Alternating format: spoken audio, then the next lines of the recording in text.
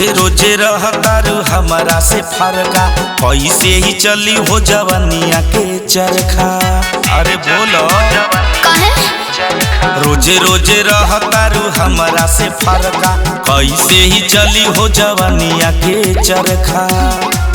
एक बार आके हमारा करे जामे समाजा। सुना जवानी अभी भइल ना ताजा, अच्छा के बहेया में धरा ना राजा। जवानी अभी भइल ना ताजा, के बहेया में धरा ना राजा।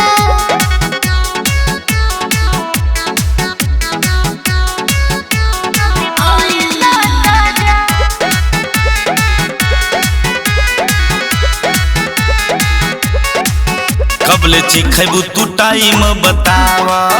जोनी कहाँ में लहरा लगावा, बुझला? लहरी तब में पारी। अच्छा कबले चिखैबू तू टाइम बतावा। जोनी कहाँ में लहरा लगावा। हम भरल चाही तोहरा के अपना हो पाजा।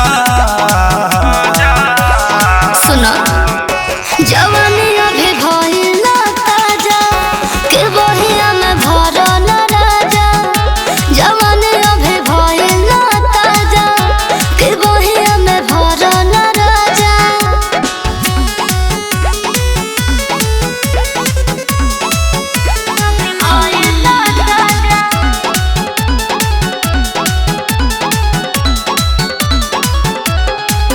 बोला कहा बाटे तोहरा के दी कह। बात बुझ पर मुधके का। अरे कुल बुझतानी। मान जा बोला कहा बाटे तोहरा के दी कह। बात बुझ